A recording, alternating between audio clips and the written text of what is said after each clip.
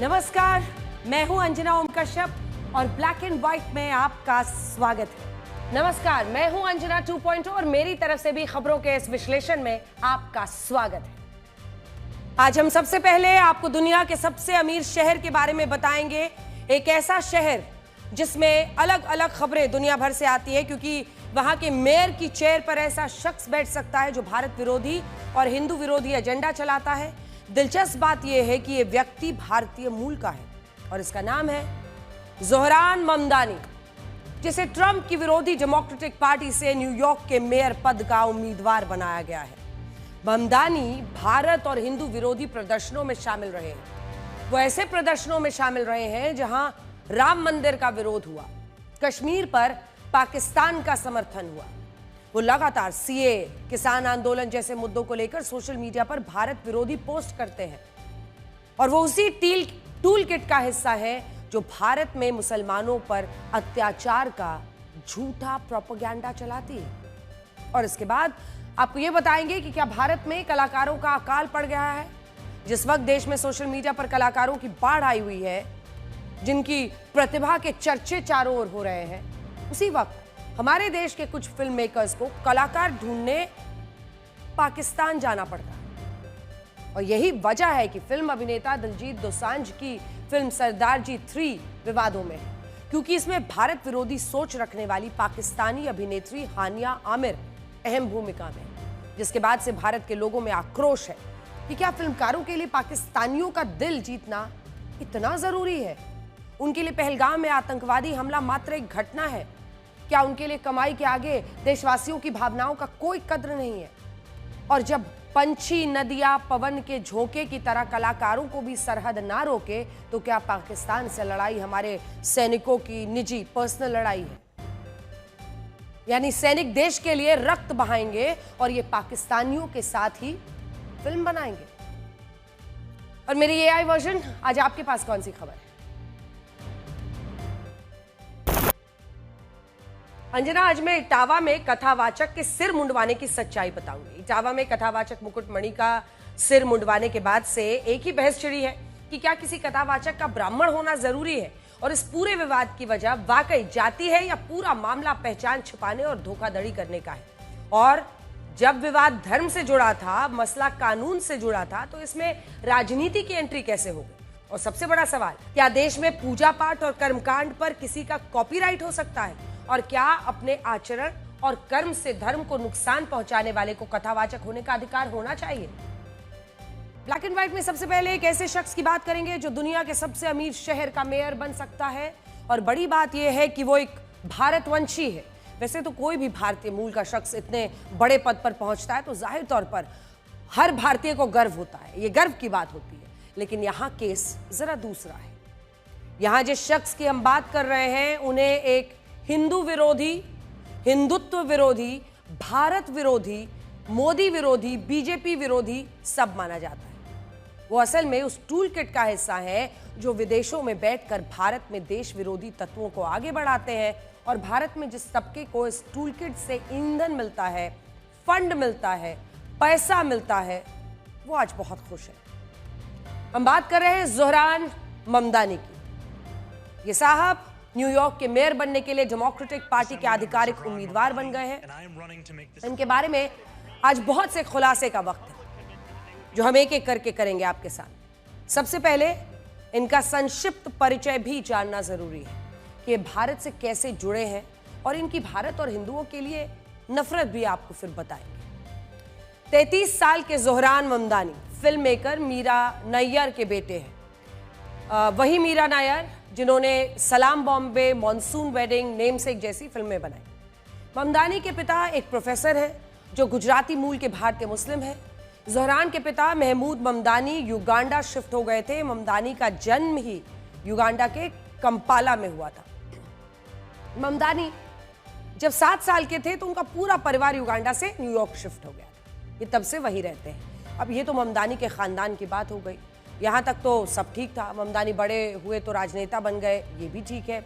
लेकिन अब वो न्यूयॉर्क के अगले मेयर बन सकते हैं, क्योंकि वो डेमोक्रेटिक पार्टी के उम्मीदवार तो बन ही गए हैं। और न्यूयॉर्क में मेयर के चुनाव में डेमोक्रेट्स ज्यादा फेवरेट माने जाते हैं।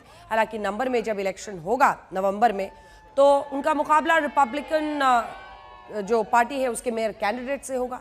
लेकिन भारत में ममदानी पर इसलिए सवाल उठ रहे हैं क्योंकि ममदानी एक ऐसे लेफ्ट लिबरल माने जाते हैं जो भारत विरोधी और हिंदू विरोधी माने जाते हैं। पार्टी के खिलाफ बोलना या बीजेपी का विरोधी होना ये कोई भी हो सकता है, लेकिन सवाल है कि क्या हिंदू विरोधी है, क्या भारत विरोधी बात करते हैं, क्या ऐसा प्रोपेगेंडा चलाते हैं जो हमारे खिलाफ है। 2020 में राम मंदिर के खिलाफ न्यूयॉर्क में एक प्रदर्शन हुआ था जिसमें मुसलमान भी थे और खालिस्तानी संगठन से जुड़े भी कई लोग थे, पाकिस्तानी थे। पीछे आप ये जो झंडे देख रहे हैं, पाकिस्तान अधिकृत कश्मीर का ये झंडा है। इस प्रदर्शन में भारत विरोधी, हिंदू विरोधी खूब बातें की गई। इसी में हिस्सा लेने के लिए ज़ोहरान ममदानी पहुंचे। जब ममदानी इस प्रदर्शन में हिस्सा लेने के लिए आए तो उन्हें अलग से बयान देने के लिए कहा गया जिसे रिकॉर्ड किया जा रहा था, लेकिन उनके पीछे लगातार हिंदुओं को गालियां दी जा रही थी। ममदानी को इस बात से कोई फर्क नहीं पड़ा। जरा सुनिए आप, हिंदुओं के लिए कैसे अपशब्दों का यहां पर इस्तेमाल किया जा रहा था। ये मेयर बन सकते हैं न्यूयॉर्क के, गालियां दी जा रही थी वहां पर। सोचिए, ज़ोहरान ममदानी को इस बात से कोई फर्क नहीं पड़ा कि वहां जो मौजूद लोग हैं वो भीड़ हिंदुओं को गालियां दे रही थी। ये तमाम खालिस्तानी संगठन से जुड़े लोग थे और ये खालिस्तानी हिंदुओं को खुलकर गाली दे रहे हैं सड़क पर माइक लगाकर। लेकिन ये तो ममदानी का एंटी हिंदू और एंटी इंडिया होने का एक बहुत छोटा सा उदाहरण मात्र था। ज़ोहरान ममदानी लगातार भारत के खिलाफ, भारत की सरकार के खिलाफ, पीएम के खिलाफ, बीजेपी के खिलाफ ट्वीट करते रहे हैं। आज हमने ज़ोहरान ममदानी के ट्विटर अकाउंट को भी खंगाला है और हमें उनके पिछले 4-5 वर्षों के दौरान कई ऐसे पोस्ट मिले जो उन्होंने भारत के या भारत की सरकार के खिलाफ किए थे। सरकार का विरोध करना, भारतीय जनता पार्टी का विरोध करना, इसमें कोई भी गलती नहीं है।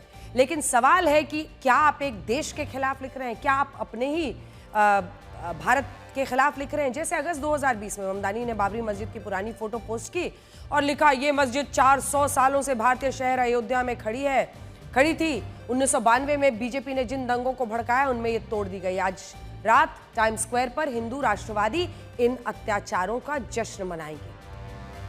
एक तरह से वो लोगों को इंसाइट भी कर रहे थे कि आज जब लोग विरोध के लिए आते हैं तो उनका प्रोटेस्ट होना चाहिए। ममदानी पूरी तरह से एंटी इंडिया एजेंडा चलाते हैं। ये उसी टूल किट का हिस्सा है जो ये कहता है कि भारत में मुसलमानों पर अत्याचार होते हैं। वो लगातार ऐसे पोस्ट करते रहे। ये भी मार्च 2020 की पोस्ट है उनकी, जिसे वो कह रहे हैं कि 1972 में मेरे परिवार को युगांडा से इसलिए भगाया गया क्योंकि हम भारतीय थे।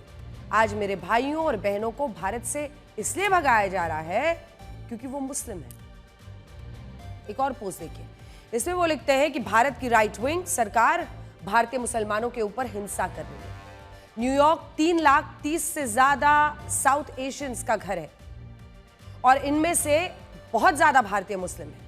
हमारे नेताओं को इन अत्याचारों की कड़ी निंदा करनी चाहिए। एक्स पर ममदानी के पोस्ट मुसलमानों के पक्ष में है तो हिंदुओं के खिलाफ। देखिए क्या लिखा है। लिखा है कि बीजेपी हिंदुत्व की यानी हिंदू सुप्रीमसी की विचारधारा को प्रमोट करती है। वो भारत को एक सेक्युलर रिपब्लिक से हिंदू राष्ट्र बनाएगी। जिस भी केसेस में सरकार घिरी हो या देश में आंदोलन हुए हो, उन्हें ये टूलकिट तुरंत उठाता है। किसान आंदोलन के दौरान भी ममदानी उन लोगों में शामिल थे जो विदेश में बैठकर सोशल मीडिया के जरिए इस आंदोलन की आग में घी डालने का काम कर रहे थे। देखिए क्या लिखा है। 45 दिनों से 20 करोड़ किसान प्रदर्शन कर रहे हैं जिन्हें पुलिस मार रही है। ये इतिहास की सबसे बड़ी हड़ताल। 20 करोड़। कोरोना में सरकार की आलोचना हुई तो विदेश में बैठा यही टूलकिट फिर से पोस्ट करने लगा। ममदानी ने देखिए कोरोना में क्या लिखा। भारत में 2 करोड़ से ज्यादा कोरोना वायरस के इन्फेक्शन के केस है। 2,20,000 से ज्यादा लोगों की मौत हो गई है, जबकि स्वतंत्र विश्लेषण बता रहा है कि मौत 8 गुना ज्यादा हुई है। ये कोई प्राकृतिक त्रासदी नहीं है, बल्कि ये मोदी और बीजेपी लीडरशिप की नाकामी का नतीजा है। अब आप समझ गए होंगे कि ज़ोहरान ममदानी की भारत को लेकर, भारत की सरकार को लेकर, हिंदुओं को लेकर, मोदी को लेकर क्या सोच है। एक बार फिर कह रहे हैं, बीजेपी या सरकार का विरोध करना ये कोई भी कर सकता है, लेकिन जब आप बीमारी के वक्त पर गलत प्रोपेगेंडा कि भारत में सबसे ज्यादा नुकसान हो रहा है फैला रहे हैं, तो आप देश के साथ डिससर्विस कर रहे हैं।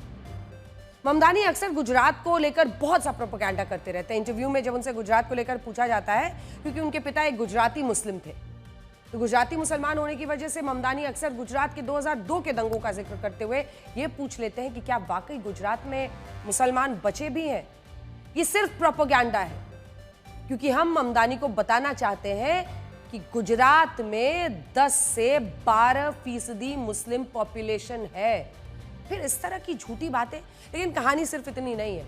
ममदानी हिंदू और भारत विरोधी तो है ही, बल्कि यह भी बड़ा सवाल है कि ममदानी को फंडिंग कैसे मिली, क्योंकि अभी यह पता चल रहा है कि ममदानी को फंडिंग करने वाला वही टूल किट है जो अमेरिका में बैठकर भारत के खिलाफ, हिंदुओं के खिलाफ एजेंडा चलाता है।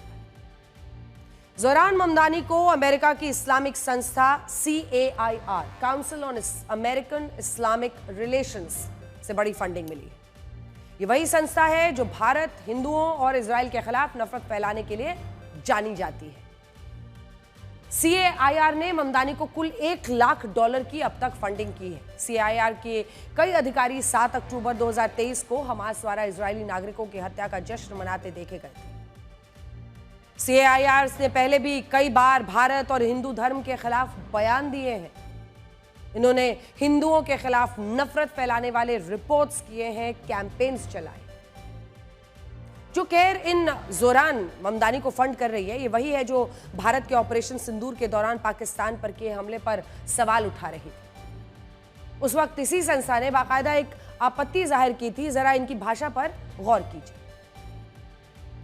देखिए क्या लिख रहे हैं। कहते हैं कि CAIR देश की यानी कि अमेरिका की सबसे बड़ी मुस्लिम सिविल राइट्स की संस्था है जो भारत की बिल्कुल दक्षिणपंथी और एंटी मुस्लिम हिंदुत्व सरकार की पाकिस्तान के नागरिकों और मस्जिदों पर बम गिराने की निंदा करती है। हम ऑपरेशन सिंदूर कर रहे थे, आतंकियों को मार रहे थे। जब उन्होंने हमला किया तो उनके एयरबेसेस पर हमला किया। और देखिए भारत के लिए कैसी भाषा है। और इसी CAIR से पैसे लेता है ममदानी। इन्हें यह दिख रहा है कि भारत ने बम गिराए, मस्जिदों पर गिराए, लेकिन इन्हें यह पता नहीं दिखा कि मस्जिदों की आड़ में आतंकवादियों के हेडक्वार्टर्स थे जिन्हें भारत ने निशाना बनाया।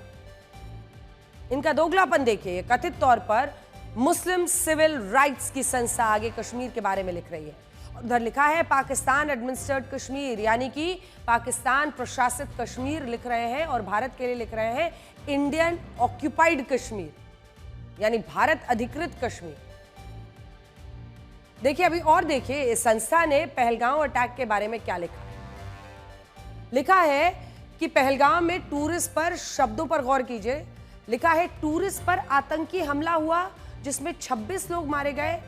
हिंदू नहीं लिखा, जबकि एक लोकल मुस्लिम को छोड़कर सभी हिंदू थे। लेकिन इस संस्था ने मारे गए लोगों को हिंदू नहीं लिखा, लेकिन जो मुस्लिम मारा गया उसके बारे में जरूर लिखा है कि इनमें एक कश्मीरी मुस्लिम भी मारा गया जिसे लोगों को बचाने की कोशिश की गई। इसीलिए हम कह रहे हैं कि संस्था का कितना बड़ा दोहरा रवैया है। बाकायदा इस संस्था की तरफ से पाकिस्तान की सफाई भी पेश की गई कि पाकिस्तान ने इस हमले में अपना हाथ होने से इनकार किया है।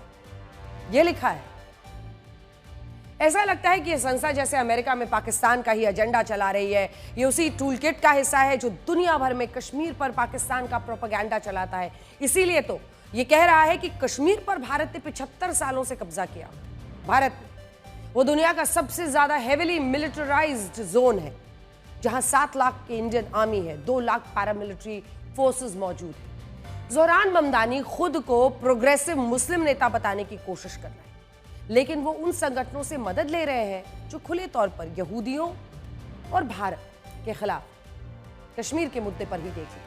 ममदानी हाल ही में उस नारे का बचाव करते दिखे जिसमें कहा गया था ग्लोबलाइज द इंतिफादा, यानी यहूदियों के खिलाफ हिंसा को पूरी दुनिया में फैलाओ। यहूदियों के खिलाफ हिंसा, वो इजरायलियों के अस्तित्व को भी नकार चुके हैं। 2 साल पहले 7 अक्टूबर 2023 को जब हमास के आतंकवादियों ने इजराइल पर हमला किया था, 1200 लोगों की हत्या की थी, 250 लोगों को किडनैप किया था, तो ममदानी ने हमास के आतंकवादियों की निंदा नहीं की थी, बल्कि इसके लिए उन्होंने इजराइल पर ही आरोप लगा दिए थे। देखिए ममदानी ने क्या लिखा था। लिखा था कि इजराइल और फिलिस्तीन में मारे गए सैकड़ों लोगों पर मैं शोकग्रस्त हूं। लिखा कि नेतन्याहू ने युद्ध का ऐलान कर दिया, इजरायली सरकार ने गाजा की बिजली काट दी, आने वाले दिनों और हफ्तों में यह हिंसा और ज्यादा बढ़ेगी। इसीलिए जब ममदानी का डेमोक्रेटिक उम्मीदवार बनना कंफर्म हुआ तो तुरंत डोनाल्ड ट्रंप भी इस एजेंडे के खिलाफ आ गए। अमेरिका के राष्ट्रपति ने सोशल मीडिया पर पोस्ट किया। ट्रंप ने लिखा है, आखिरकार ये हो ही गया कि डेमोक्रेट्स ने लाइन क्रॉस कर दी। जोहरान ममदानी 100% कम्युनिस्ट ल्यूनेटिक है। ल्यूनेटिक मतलब किसी का दिमाग खराब होना, पागल होना। उन्होंने डेमोक्रेटिक प्राइमरीज जीत ली है और वो मेयर बनने की तरफ बढ़ रहा है। कट्टर वामपंथी तो पहले भी रहे हैं, लेकिन ये बेहुदा होता जा रहा है। वो बहुत खौफनाक दिखता है, उसकी आवाज़ कर्कश है, वो बहुत स्मार्ट नहीं है। सोचिए ट्रंप ममदानी के लिए किस तरह के शब्दों का इस्तेमाल कर रहे हैं। न्यूयॉर्क के बारे में कहा जाता है कि पूर्व राष्ट्रपति जो बाइडेन की नीतियों की वजह से अमेरिका में बहुत से मुस्लिम शरणार्थी आए हैं और इस वजह से न्यूयॉर्क का क्या हाल हो गया है ये इन तस्वीरों में दिख रहा है। और इसी मुस्लिम पॉपुलेशन की वजह से ममदानी को उम्मीद है कि वो न्यूयॉर्क के मेयर बन जाएंगे। ममदानी को भले ही हिंदुओं से, हिंदुत्व से या भारत से नफरत हो, लेकिन जब कैंपेनिंग की बारी आई तो उन्होंने हिंदी और उर्दू को ही चुना और हिंदी फिल्मों का ही सहारा लिया। आप भी देखिए ममदानी की कैंपेन का एक बहुत छोटा सा हिस्सा जिसके उनके सपोर्टर्स खूब जय जय कर रहे हैं। अब हम अपनी अगली खबर की तरफ बढ़ेंगे जो इस वक्त सोशल मीडिया पर छाई हुई है। ये खबर एक ऐसी फिल्म को लेकर है जिसमें पाकिस्तानी कलाकारों ने काम किया है और इसी वजह से पूरे देश में बवाल है। कहा जाता है कला और संगीत की कोई सीमा नहीं होती, ये देश और उसकी सीमाओं से परे है। कला और संगीत ना सही, लेकिन कलाकारों और संगीतकारों को तो देश की सीमाएं माननी ही चाहिए। कम से कम इन लोगों से ये उम्मीद है कि जिस देश में उन्होंने जन्म लिया वो उसका हमेशा सम्मान करेंगे और देश के दुश्मनों को किसी तरह का फायदा नहीं पहुंचाएंगे। लेकिन हमारी भारतीय फिल्म इंडस्ट्री में कई बार लोग उस पार चले जाते हैं। हमारे यहाँ दुश्मन देशों के कलाकारों को अपनी फिल्मों में मौका दिया जाता है ताकि वो लाखों रुपए कमाकर पाकिस्तान लौट सके और शोहरत भी कमा सके। पहलगाम आतंकी हमले को करीब 2 महीने हो गए। इस हमले की भयावह तस्वीरें आज भी लोगों के जहन में ताजा है। इस आतंकी हमले में 26 भारतीय मारे गए थे। पूरी दुनिया जानती है कि पहलगाम में आतंकी हमला पाकिस्तानी आतंकियों ने किया था, लेकिन हमारे देश के कुछ फिल्म निर्माता और कलाकार ऐसा मानते नहीं हैं। उन्हें तो पाकिस्तान से इतना प्यार है कि वो भारतीयों की हत्याएं भूलकर पाकिस्तानियों को अपनी फिल्मों में काम दे रहे हैं। कल एक ऐसी ही फिल्म रिलीज हो रही है, कल फ्राइडे है, जिसमें विशेष तौर पर 4 पाकिस्तानी कलाकारों को काम दिया गया है। 4 कल दिलजीत दोसांझ की फिल्म सरदार जी 3 रिलीज होने वाली है। इस फिल्म को लेकर पूरे देश में बवाल मचा है। देश के लोग फिल्म निर्माताओं से पूछ रहे हैं कि फिल्म में पाकिस्तानी कलाकारों को क्यों लिया गया। क्या फिल्म मेकर्स को नहीं पता है कि पाकिस्तान भारत का दुश्मन है? क्या फिल्म के एक्टर दिलजीत को नहीं पता है कि पाकिस्तानी आतंकी हर दिन मासूम भारतीयों का खून बहाते हैं? और ये अचानक पहलगाम में नहीं हुआ है, इससे पहले भी लगातार पाकिस्तान आतंकी हमले करता रहा है। 26/11 इससे बड़ा सबूत क्या हो सकता है जब हमने एक जिंदा पाकिस्तानी आतंकी को पकड़ा था। अब सवाल यही है कि दिलजीत दोसांझ उसी देश के कलाकारों को अपनी फिल्म में रोल दे रहे हैं, तो इसकी क्या वजह है? सच यह है कि दिलजीत और इस फिल्म के निर्माताओं को अच्छे से पता है कि पाकिस्तान भारत के खिलाफ कितनी जहरीली साजिशें करता है। बावजूद इसके फिल्म में पाकिस्तानी एक्ट्रेस हानिया आमिर, नासिर चिन्योती, डैनियल खावर और सलीम अलबेला को रखा गया है। पाकिस्तान पिछले कई दशकों से भारत में आतंकवाद का कारण है। बावजूद इसके दिलजीत दोसांझ ने अपनी फिल्म में भारतीय कलाकारों को नहीं बल्कि खास तौर से पाकिस्तानी कलाकारों को जगह दी। फिल्म मेकर से यह पूछा जाना चाहिए कि क्या भारत में कलाकार नहीं है? आज देश के लोगों को यह समझ में ही नहीं आया है कि भारतीय फिल्मों में पाकिस्तानी कलाकारों को लिया क्यों जाता है। दिलजीत की फिल्म से जुड़े इस विवाद पर सिंगर गुरु रंधावा ने दिलजीत दोसांझ को खरी खोटी सुनाई है। उन्होंने कहा है कि लाख परदेसी हो जाइए, लेकिन अपने देश को नहीं भूलना चाहिए। जिस देश का खाते हैं उसका बुरा नहीं सोचना चाहिए। उन्होंने अपने एक पोस्ट में यह लिखा है कि इस देश ने महान कलाकारों को जन्म दिया है और हमें उन पर गर्व है। इसीलिए अब दोबारा विवाद शुरू ना करो और भारतीयों को बरगलाओ मत। दिलजीत की विवादित फिल्म पर सिंगर मीका, बी प्राक सब ने अपना गुस्सा जाहिर किया। मीका ने कहा है कि हम सब जानते हैं कि भारत और पाकिस्तान के रिश्ते कैसे हैं। लेकिन फिर भी कुछ लोग गैर जिम्मेदाराना व्यवहार करते हैं। पाकिस्तानी कलाकारों वाला कंटेंट रिलीज करने से पहले 2 बार सोचना चाहिए। देश का सम्मान सबसे पहले है। वी प्राक कह रहे हैं कि कुछ आर्टिस्ट अपना जमीर बेच चुके हैं। उनका इशारा कहाँ है ये शायद आपको बताने की जरूरत नहीं है। दिलजीत की फिल्म सरदार जी 3 को लेकर इतना बड़ा विवाद खड़ा हो गया है कि अब डर के मारे इस फिल्म को भारत में रिलीज तो नहीं किया जा रहा है। ऑल इंडियन सिने वर्कर्स एसोसिएशन, जिसने इस फिल्म और दिलजीत दोसांझ को बॉयकॉट कर दिया है। इस संस्था ने देश भर के फिल्म निर्माताओं से अपील की है कि दिलजीत दोसांझ को काम ना दिया जाए। आईक्वा फिल्म इंडस्ट्री में काम करने वाले लोगों की मदद करने वाली एक संस्था है। इसके अलावा the federation of western India cine employees ने दिलजीत दोसांझ और उनकी फिल्म को भारत में बैन करने की मांग की है। इस संस्था ने कहा है कि दिलजीत की कोई भी फिल्म भारत में रिलीज नहीं होने दी जाएगी। पाकिस्तानी कलाकारों से सजी इस भारतीय फिल्म के निर्माता गुनबीर सिंह का कहना है कि भारत में ये फिल्म रिलीज करने का माहौल नहीं है। उनका कहना है कि भारत पाकिस्तान के मौजूदा संबंधों को देखते हुए फिलहाल इसे दूसरे देशों में रिलीज किया जाएगा। हालांकि वो ये भी कह रहे हैं कि आगे से वो कभी भी अपनी फिल्मों में पाकिस्तानी कलाकारों को नहीं लेंगे। इस फिल्म में देखिए पाकिस्तानी कलाकारों को ही क्यों लिया गया, इसको लेकर फिल्म निर्माता कोई जवाब नहीं दे रहे। इस तरह के सवालों को वो कुतर्क कह रहे हैं। सरदार जी 3 फिल्म के निर्माताओं का तर्क यह है कि फिल्म की शूटिंग फरवरी में खत्म हो गई थी और पहलगाम आतंकी हमला अप्रैल में हुआ, इसलिए इसमें उनकी कोई गलती नहीं है। दिलजीत दोसांझ ने भी एक मीडिया संस्थान को दिए एक इंटरव्यू में यही कहा कि जब फिल्म की शूटिंग हो रही थी तब पाकिस्तान के साथ सब कुछ ठीक था। दिलजीत ने भारतीय कलाकारों को के बजाय पाकिस्तानी कलाकारों को प्राथमिकता देने के सवाल पर कुछ नहीं कहा। दिलजीत दोसांझ और फिल्म निर्माताओं का तर्क आतंकी हमलों में मारे गए नागरिकों और शहीद जवानों का अपमान है। क्या फिल्म के निर्माता इतने मासूम हैं कि उन्हें पता ही नहीं है कि पाकिस्तान हमारे कितने जवानों और नागरिकों को मार चुका है? पहलगाम हमले से पहले ना जाने के कितनी ही आतंकी हमलों में भारतीय मारे जा चुके हैं। हर आतंकी साजिश में पाकिस्तान का कनेक्शन ही सामने आया है। बावजूद इसके पाकिस्तानी कलाकारों को मौका देना सेना के शहीद जवानों और आतंकी हमलों में मारे गए लोगों का अपमान नहीं तो और क्या है। हमारे देश के इन फिल्म कलाकारों को पहलगाम हमले के बाद पाकिस्तानी कलाकारों के सोशल मीडिया पोस्ट पढ़ने चाहिए। हम आज दिलजीत दोसांझ और सरदार जी 3 के निर्माताओं को उनके प्रिय पाकिस्तानी कलाकारों के कुछ पोस्ट दिखाना चाहते हैं। इसमें वो भारत विरोधी बयान दे रहे हैं। दिलजीत की फिल्म सरदार जी 3 की पाकिस्तानी एक्ट्रेस हानिया आमिर, जरा देखिए। पहलगाम हमले के बाद लिखा था कि इस आतंकी हमले में पाकिस्तान का हाथ नहीं है, भारत झूठे आरोप लगा रहा है। हानिया ने पहलगाम हमले में पाकिस्तानी आतंकियों के शामिल होने के सबूत मांगे थे। यही नहीं, हानिया आमिर ने ऑपरेशन सिंदूर पर सवाल खड़े किए। ऑपरेशन सिंदूर के तहत भारत ने पाकिस्तान के आतंकी ठिकानों को निशाना बनाया था। इन हमलों के बाद हानिया ने यह अफवाह उड़ा दी कि ऑपरेशन सिंदूर में मासूमों को मारा गया है, एक ऐसा क्लेम जो पाकिस्तान भी नहीं कर पाया।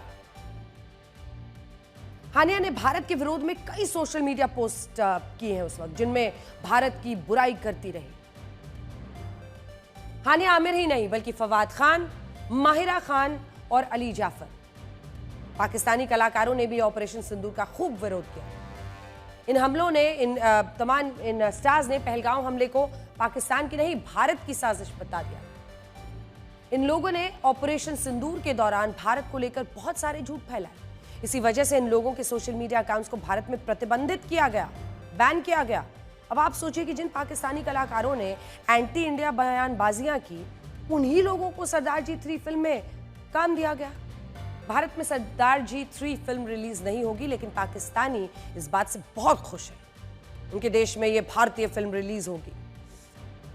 पाकिस्तानी टीवी एंकर भारतीयों को चुनौती दे रहे हैं कि कर लो जो करना है, लेकिन पाकिस्तानी हानिया की फिल्म रिलीज हो रही है पाकिस्तान में और उसे कोई रोक नहीं पाएगा। देखा जाए तो इस फिल्म को पाकिस्तान में भी रिलीज नहीं करना चाहिए, लेकिन पैसा कमाने के लिए फिल्म निर्माता अपनी फिल्मों को पाकिस्तान में रिलीज करते हैं। सरदार जी 3 भी इसी सिस्टम का हिस्सा है। और तो और सरदार जी 3 में शायद इसी वजह से पाकिस्तानी कलाकारों को भी रखा गया, ताकि ये फिल्म भारत में चले ना चले, पाकिस्तानियों के बीच ये पॉपुलर हो जाए।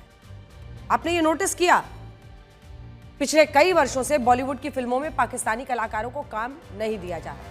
पुलवामा हमले के बाद the federation of western India cine employees जैसी संस्थाओं ने पाकिस्तानी कलाकारों के काम करने पर प्रतिबंध लगा दिया था। इसी प्रतिबंध की वजह से पाकिस्तानी कलाकार हिंदी फिल्मों में काम नहीं कर पाते हैं। लेकिन दिलजीत दोसांझ की फिल्म सरदार जी 3 एक पंजाबी फिल्म है। इसकी ज्यादातर शूटिंग विदेश में हुई है। शायद इसी वजह से फिल्म के निर्माताओं ने जानबूझकर पाकिस्तानी कलाकारों को फिल्म में काम दिया। देखिए, बात बड़ी सिंपल है। कास्टिंग के पीछे भी बिजनेस इंटरेस्ट देखा जाता है कि दिलजीत अपने साथ अपने चाहने वालों को इस फिल्म में लाएंगे, तो फिर हानिया आमिर किसे लेकर आएगी? और अगर बिजनेस इंटरेस्ट देखा जाता है कास्टिंग के पहले, तो हानिया आमिर जाहिर तौर पर पाकिस्तान के अपने प्रशंसकों को लाएंगी, तो टारगेट ऑडियंस तो पहले से तय था। दिलजीत और फिल्म निर्माताओं को पता होगा कि अगर वो अपनी फिल्म की शूटिंग भारत में करेंगे तो पाकिस्तानी कलाकार यहाँ काम नहीं कर पाएंगे। फिल्म में पाकिस्तानी कलाकारों की मौजूदगी ने दिलजीत के फिल्मी करियर पर भी खतरा पैदा हो गया। आने वाले वक्त में दिलजीत कई हिंदी फिल्मों में दिखाई देने वाले हैं, जिसमें से एक है border 2। The federation of western India cine employees ने इन फिल्मों से दिलजीत को हटाने की अपील कर दी है। उन्होंने कई फिल्म निर्माताओं को इसके संबंध में पत्र लिखकर बताया है। ये वही संस्था है जिसने मीका सिंह पर भी प्रतिबंध लगाया था जब वो उरी हमले के कुछ साल बाद कराची में एक इवेंट में चले गए थे। मीका सिंह के पाकिस्तान जाने पर भारत में खूब बवाल मचा था। हालांकि इस मामले पर इस बार उनके सुर बदले हुए हैं, लेकिन मीका काफी मुश्किलों में आ गए थे और बाद में उन्होंने माफी मांगी और खुद पर से माफी मांगने के बाद प्रतिबंध हटवाया। अब अगली खबर का रुख करते हैं। पाकिस्तान गजब का देश है। एक तरफ तो भारत में काम करने के लिए इनके एक्टर तड़प रहे हैं, दूसरी तरफ भारत से बातचीत करने के लिए इनकी हुकूमत पसरी जा रही है। खबर आई है कि सऊदी अरब से 24 जून को शहबाज शरीफ की बात हुई और शहबाज ने अपने सऊदी बिरादर से बात करके कहा कि भारत से बात करा दो, बड़ी मेहरबानी होगी, क्योंकि भारत ने पाकिस्तान का पानी रोका हुआ है और पाकिस्तान जानता है कि इसकी उसे बहुत बड़ी कीमत चुकानी पड़ेगी। इसीलिए वो कह रहा है कि भारत से कोई बात तो करा दो, बस एक बात करा दो। लेकिन भारत तो पहले ही साफ कर चुका है कि जब तक पाकिस्तान आतंकवाद फैलाएगा, बातचीत हो ही नहीं सकती। उधर पाकिस्तान में एक अजीब तरह का वायरस भी चल रहा है और ये वायरस से फर्जी दावे करके दुनिया को हंसाने का। तो ये चुटकुला आपके सामने भी रखते हैं। अब पाकिस्तान का नया दावा क्या है कि इजराइल और ईरान की जंग पाकिस्तान ने रोकी है, उसने रोकी है। आपने गलत नहीं सुना है, मैंने बिल्कुल सही बोला है। पाकिस्तान अब यह दावा कर रहा है कि इजराइल और ईरान की जंग उसी ने रुकवाई है, वो भी अपने फील्ड मार्शल, जिहादी मार्शल आसिम मुनीर की बदौलत। शहबाज शरीफ ने आज अपनी कैबिनेट मीटिंग में दावा किया कि जब आसिम मुनीर ट्रंप से मिलने अमेरिका गया तो वो उससे पहले ईरान के विदेश मंत्री से इस्तांबुल में मिला और वहां ईरानी विदेश मंत्री ने कहा कि अगर इजराइल हमले रोक दे तो सीज फायर के लिए हम तैयार हैं। इसके बाद मुनीर ट्रंप से मिला और ये जंग रुक गई। सोचिए, इन दावों पर हंसी नहीं आएगी तो क्या होगा, क्योंकि खबरें तो ये थी कि मुनीर अमेरिका के हाथों पाकिस्तान के बेसिस को बेचने के लिए गया था और अगर कल को अमेरिका की ईरान पर हमले की नौबत आए तो वो पाकिस्तान के बेसिस का इस्तेमाल करे। और अब शहबाज अपनी पब्लिक को एक अलग ही कहानी पढ़ा रहे हैं, सोच रहे हैं कि वो इसे सच मान लेंगे। लेकिन सच तो ये भी है कि भारत के साथ हुए 4 दिन के युद्ध में पाकिस्तान भी हारा था और सच ये भी है कि पाकिस्तान ने अपनी हार को जीत बताया था, खूब जश्न मनाया था, जैसे कि इन दिनों ईरान मना रहा है। और सच तो ये भी है कि इस युद्ध में पाकिस्तान की चीन ने खूब मदद की थी और अब यही सच पाकिस्तान के रक्षा मंत्री ख्वाजा आसिफ ने स्वीकारा है। ये वही ख्वाजा आसिफ है जो ये भी स्वीकार चुके हैं कि पाकिस्तान ने पश्चिमी देशों के लिए आतंकी पैदा किए हैं। सुनिए, वो कह रहे हैं कि भारत के साथ युद्ध के दौरान चीन ने अपने सैटेलाइट से पाकिस्तान की मदद की थी। आ गया कबूलनामा। आपने देखा चीन के साथ कैसे मिलकर ये सब कुछ कर रहे थे। लेकिन दिलचस्प ये है कि जो पाकिस्तान ये दावा करता है कि मुनीर ने जाकर ट्रंप से कहा और फिर इजराइल ईरान का ये जंग रुका, जब मुनीर वापस पाकिस्तान लौटा था उसके बाद तो अमेरिका ने हिट किया ईरान को। तो अगर वादा कर दिया था कि जंग रुकवा रहे हैं ट्रंप ने मुनीर को, तो फिर उसके बाद अटैक क्यों कर दिया? दिन में खुली आंखों से पागलपंती वाले सपने ही कहे जाएंगे। अब भारत की कूटनीति का वो चैप्टर हम आपको दिखाते हैं जिसमें चीन की चाल और पाकिस्तान के चरित्र को एक साथ पटकनी दे दी गई है। भारत ने चीन में हुई एससीओ यानी शांघाई कोऑपरेशन ऑर्गेनाइजेशन की बैठक के बाद साझा बयान नहीं जारी होने दिया। भारत ने यह स्टैंड लिया। यह स्टैंड इसलिए लिया क्योंकि चीन और पाकिस्तान मिलकर आतंकवाद पर दोहरा रवैया अपनाने की कोशिश कर रहे थे। सूत्रों के मुताबिक चीन और पाकिस्तान मिलकर एससीओ के जिस साझा बयान को जारी करने की कोशिश कर रहे थे उसमें बलूचिस्तान में जाफर एक्सप्रेस हाईजैकिंग का जिक्र तो था, लेकिन पहलगाम आतंकी हमले का जिक्र नहीं था। आप इन तस्वीरों में देखिए, कैसे साझा बयान को पढ़ने के बाद एससीओ समिट में भारत का प्रतिनिधित्व कर रहे रक्षा मंत्री राजनाथ सिंह ने अपनी कलम अलग रख दी।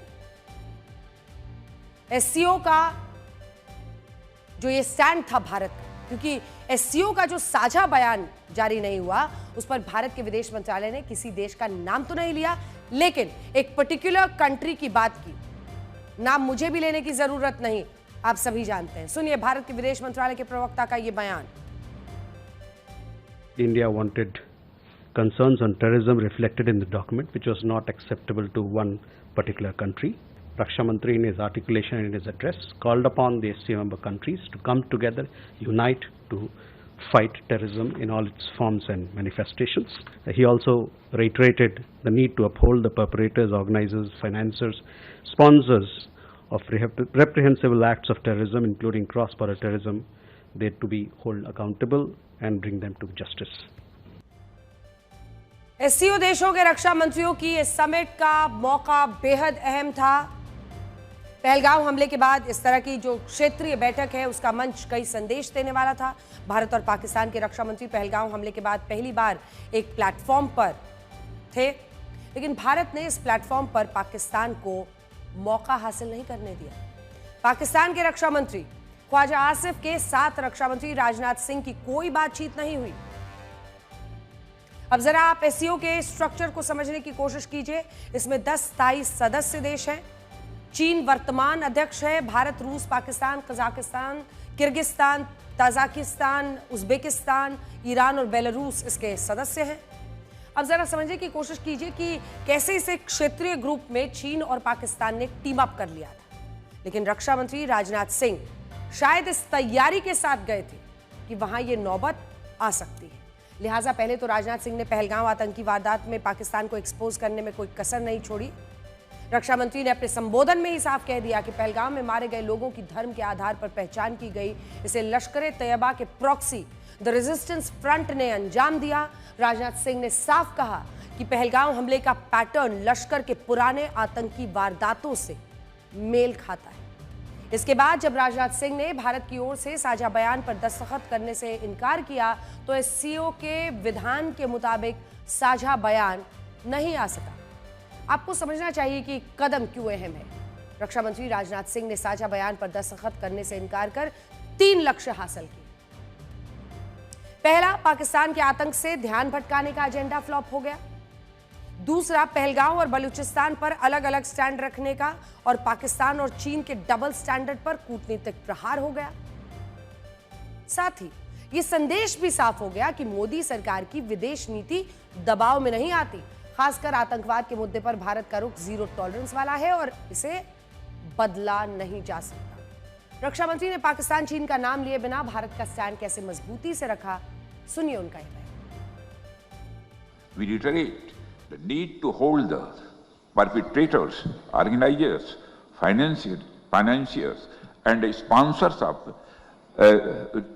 reprehensible acts of terrorism, including cross-border terrorism, accountable and bring them to justice.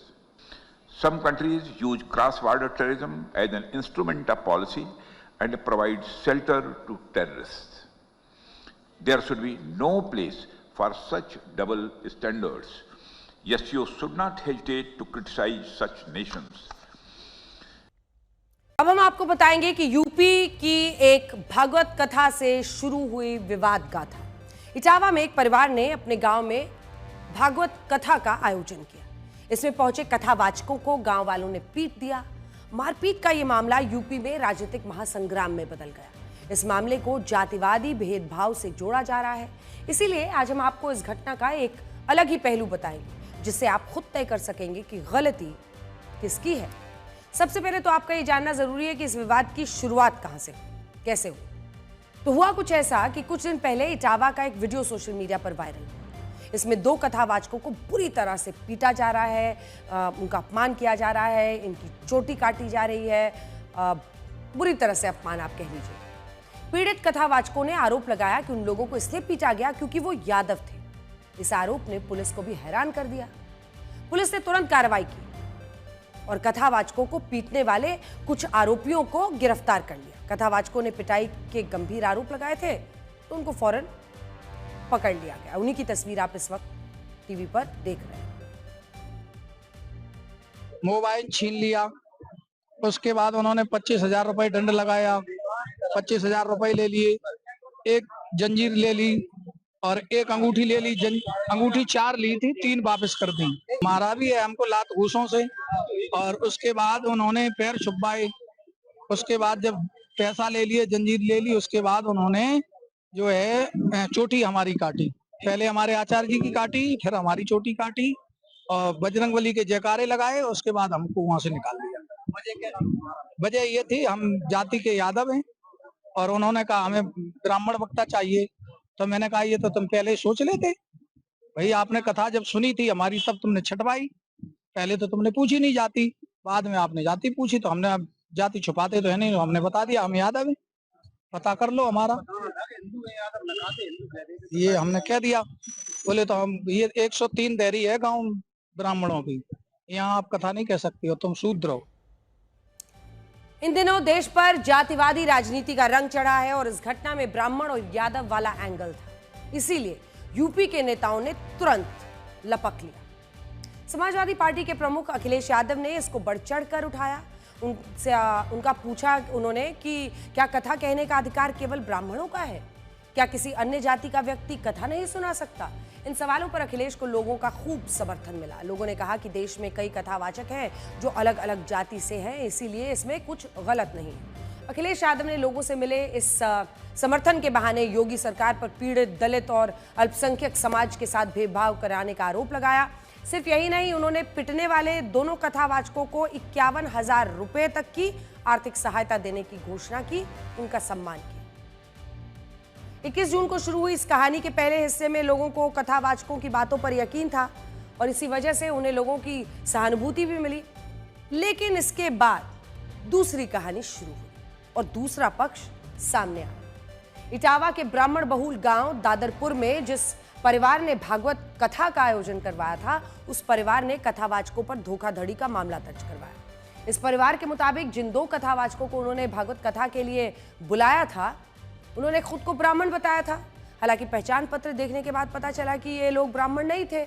आरोप है इसी झूठ की वजह से गांव के लोग भड़क गए और उन्होंने दोनों कथावाचकों की पिटाई कर दी। इस मामले का सच क्या है, ये जांच का विषय है, लेकिन इसको लेकर जो खुलासे हो रहे हैं उसने सभी को हैरान कर दिया है। कहानी यह है इटावा में दादरपुर गांव के जयप्रकाश और उनकी पत्नी की रेणु तिवारी, जिन्होंने भागवत कथा का आयोजन कराया। जयप्रकाश चाहते थे उनकी भागवत कथा कोई ब्राह्मण कथावाचक ही करे। जयप्रकाश इसी सिलसिले में औरैया के कथावाचक मुकुटमणि अग्निहोत्री और संत कुमार से मिले। ये लोग खुद को ब्राह्मण कथावाचक बताते थे और इनके पास एक आधार कार्ड भी था। जयप्रकाश और गांव के कुछ लोगों को कथा के दौरान इन पर संदेह हुआ।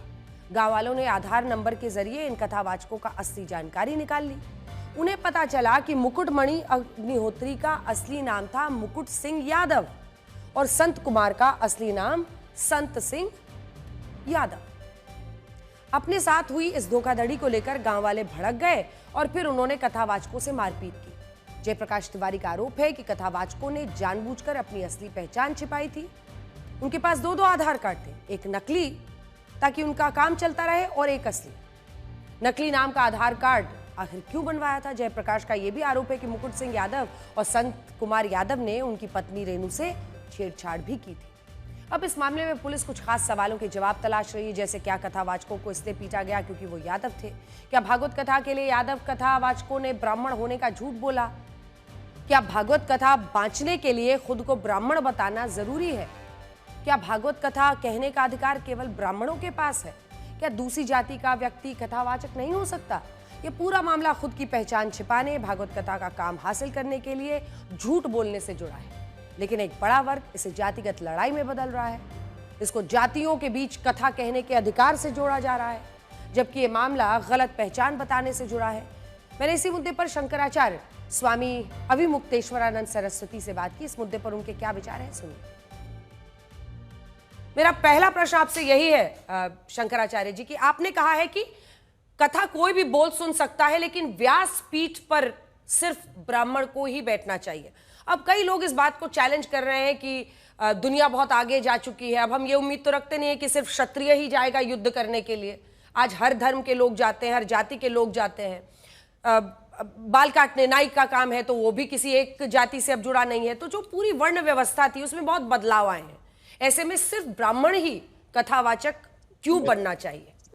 ब्राह्मण के लिए अगर अध्ययन अध्यापन आदि कथा प्रवचन आदि आरक्षित किए गए थे तो इसका मतलब था कि ब्राह्मण दूसरे कामों में नहीं जाएगा। अब जब ब्राह्मण सब कामों में जा रहा है तो क्षत्रिय भी सब काम में जाएगा, वैश्य भी सब काम में जाएगा, शूद्र भी सब काम में जाएगा। तो इसलिए ऐसी परिस्थितियां निर्मित हो गई हैं। हमने जो बात कही वो हमारे शास्त्र की कही, हमारी परंपराओं की कही, आज भी उनको समाज में स्वीकार्यता है और उसी आधार पर हमने कहा। लेकिन ऐसा लगता है कि आपको शंकराचार्य जी की इस आधार पर सनातन धर्म को बांटने की एक कोशिश हो रही है। ने कहा कि हमारे यहाँ ये मर्यादा है और ये परंपरा है और ये शास्त्र है। जहां तक कहने सुनने की बात है वो सबको अधिकार है और सब कह रहे हैं, जो सुनने वाले हैं सुन भी रहे हैं। अगर कहीं पर कोई इसको नहीं स्वीकार कर पा रहा है तो उसको भी कैसे गलत कहा जा सकता है। लेकिन आप शंकराचार्य जी हैं और आप जो बोलेंगे उसके मायने होंगे, उसको लोग समझना भी चाहेंगे। मतलब क्या आज की व्यवस्था में जाति के आधार पर, देखिए आज की जो व्यवस्था है जी, आज की व्यवस्था एक तरफा व्यवस्था नहीं है। अभी जो अपना समाज है भारत का, उस समाज में दो तरह के लोग वर्ग हैं। एक लोग वर्णाश्रम व्यवस्था को मान करके चल रहे हैं और दूसरे लोग हैं जो वर्णाश्रम को नहीं मानना चाहते। अभी एक तरफा व्यवस्था नहीं हुई है कि सब लोग वर्णाश्रम के मानने वाले ही हो या सब वर्णाश्रम के विरोधी ही हो। अभी ऐसी परिस्थिति भारत में नहीं हुई है। तो जो लोग वर्णाश्रम को मान करके चल रहे हैं उनको किस आधार पर हम कहेंगे कि तुम मानना छोड़ दो? तो इसमें समझ विकसित करनी होगी कि जो लोग परंपरावादी हैं उनको भी गलत ना कहा जाए और जो लोग आधुनिकता के पक्षपाती होकर के सबके लिए सब काम कह रहे हैं उनको भी हम गलत नहीं कहें। तो आपकी नजर में क्या होना चाहिए? क्या आपकी नजर में किसी भी जाति का व्यक्ति कथावाचक हो सकते हैं? बात यह है कि हो सकता है क्या, यही है। अभी आप कुछ तो नाम ही आप गिना रहे हैं, तो वो लोग तो कह ही रहे हैं। अब उनसे जो लोग सुन रहे हैं उनको हम गलत थोड़े कहेंगे। लेकिन जो कह रहे हैं कि नहीं हमारे यहाँ ऐसी मर्यादा नहीं है, हमारा शास्त्र ऐसे नहीं है, हमारी परंपरा नहीं है, उनको भी हम गलत नहीं कह सकते हैं। उनका भी पोषण होना चाहिए। वो भी एक विचार है और उसके पीछे पर्याप्त बल है। और लोग कुछ इस तरह से रिश्ते तोड़ देते हैं, बातों को तो पकड़ लेते हैं, इंसान को ही छोड़ देते हैं। नमस्कार।